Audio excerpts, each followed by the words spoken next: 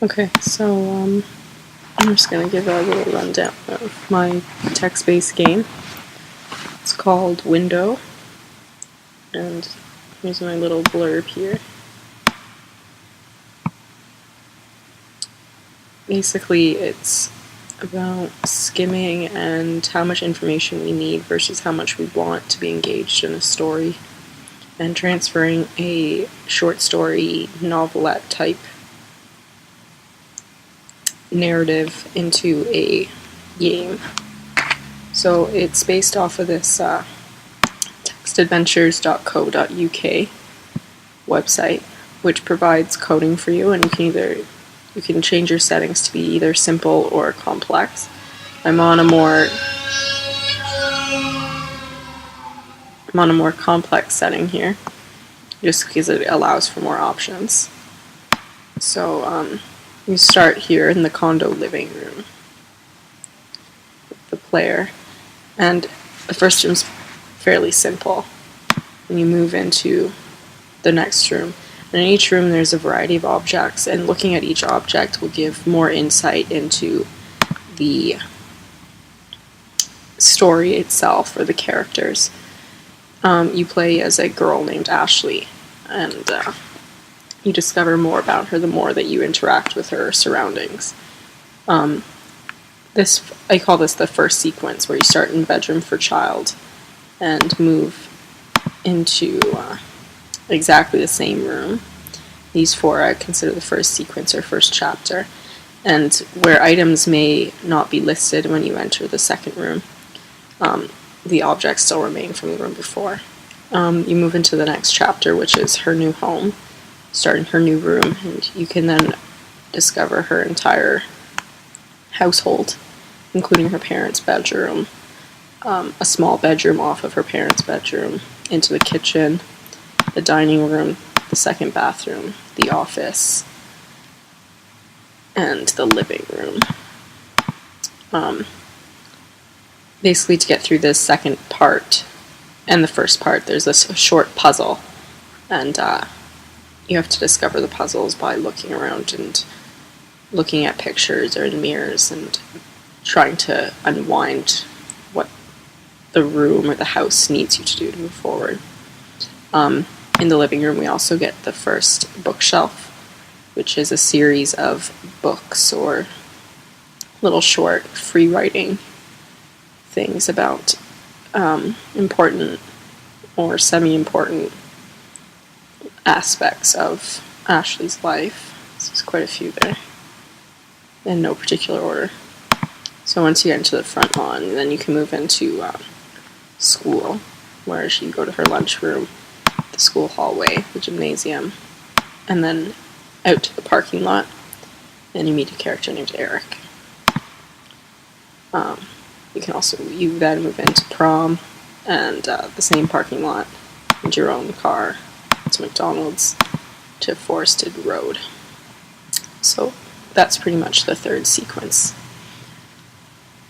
After that, you are transferred to a dorm room, and then later an apartment. And in the apartment, you have a bedroom where the bookshelf exists again, in case you didn't read it the first time. This is one of the only things in the whole story that you have the option of returning to or going back to, or that reoccurs. The rest of it is pretty much, once you go north through one of the north doors, it's almost always locked on your way back to try and go back south. Basically, it's going through her life. So we start where she's a child and move into more advanced, up to graduation of university, and to buying her second apartment after her apartment in college. And this is where we experience the main story. It's in this condo that she buys, and she meets another character. We learn the importance of that character and so on. So each room consists of quite a few objects, and there's quite a few rooms, so it's fairly lengthy. But I find easy to navigate because it requires very little puzzle solving or anything of that nature, other than a few cases. There's the one at the very beginning when you're trying to get in from her childhood room to her new house, from her new house into the front lawn, and then a third when you're trying to enter her bedroom in her condo. So yeah, that's basically it. You can see it's fairly long. Get all these rooms minimized. There's also the choice to carry things, which is required to get through certain parts where you have to pick up things, but not everything is able to be picked up. With each thing there's a little blurb or a look at object description, the name of it, and if it's visible, or no, if it's scenery, then it won't come up when you first enter a room, but if it's not scenery, then it will show up the first time you enter a room.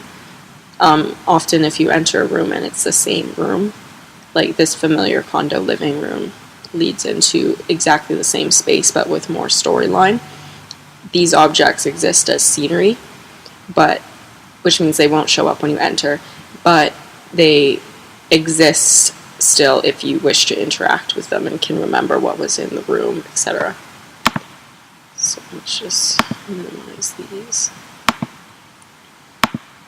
So altogether, these are all the rooms, which is just rooms not considering objects. So you have 1, 2, 3, 4, 5, 6, 7, 8, 9, 10, 11, 12, 13, 14, 15, 16, 17, 18, 19, 20, 24, 25, 26, 27, 28, 29, 30, 31, 32, 33, 34, 35, 36, 37, 38, 39, 40, 41, 42, 43, 44, 45, 46, 47, 48, 49, 50, 51, 52, 53. So you have 53 roads to go through, and yeah. So spoiler alert at this point. Basically, you start out as a child living a fairly lonely and segregated life by your own choice, and you meet a boy in the window right here, which you can then you can ask him questions and he'll answer them, or you can tell him things and he'll comment on them, and you become fairly friendly with this boy apparently. But when you move into your new home, because you have a new brother, your family, when you ask them about the boy, has no idea who you're speaking of, and it becomes apparent that he may not have even existed. So it's becoming more and more apparent that you are slightly... you live in a vivid imagination. So to get out of your new house, you have to collect 4 things, and you can find the 4 things in this hallway when it says to look at the note. And then it says you should look at yourself, which you look in the mirror. And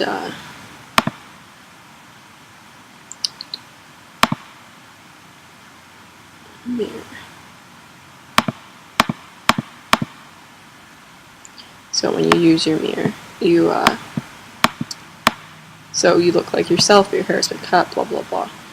And then your shirt says connect, love, hope, and risk, which means you have to find those 4 things.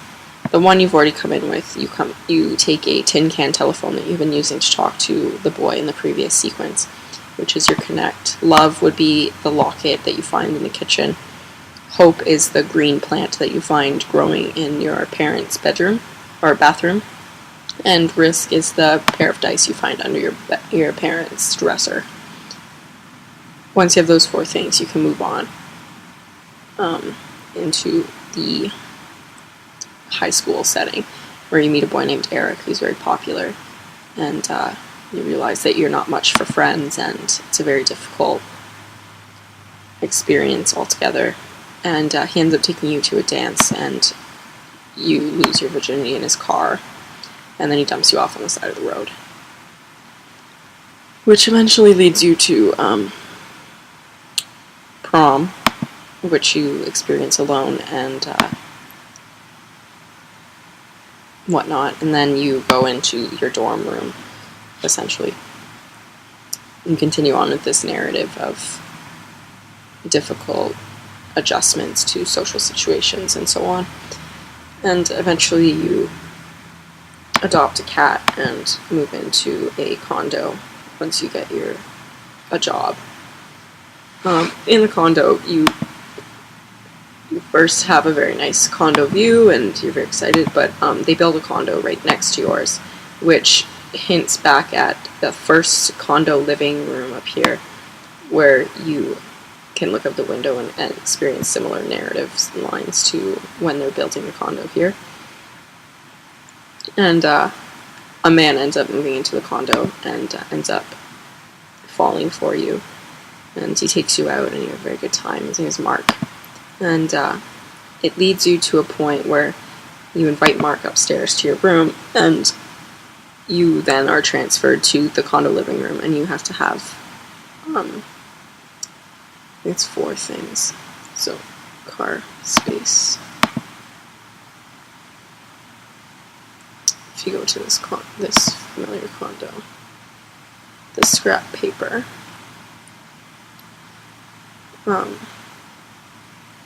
You need connection, love, trust, and friendship. So you find connection in the tin can telephone that you've carried with you from the beginning story and you've placed on your windowsill. You find love in a locket that you find that has your picture on one side and is empty on the other. Trust is you find in a picture of Mark that you've printed to put in your locket. And friendship you find in the bathroom in a friendship bracelet. Once you have those 4 things, you can enter the bedroom, which is when you are experiencing yourself from a omniscient point of view, which leads to the point of a spectator view through all of this. And eventually it asks the question of, do you want to get out of the relationship or into it? Because based on all your hardships of life, you feel like you don't trust enough or want enough. And then you have the choice of either out or in. And both of these options, you don't know this when you're playing the story, but both of these options will lead you back to the condo living room. And then you have to decide whether this condo living room is your own condo living room, or if this condo living room belongs to Mark and you've gone into the relationship. So yeah, that's my little narrative story here. Just press play here.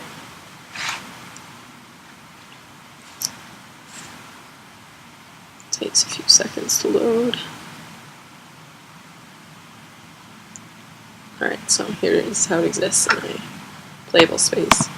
And the good thing about this is anything that's interactable and not considered scenery, you can actually click and there will be options, so if you ever get stuck, you can just click it instead.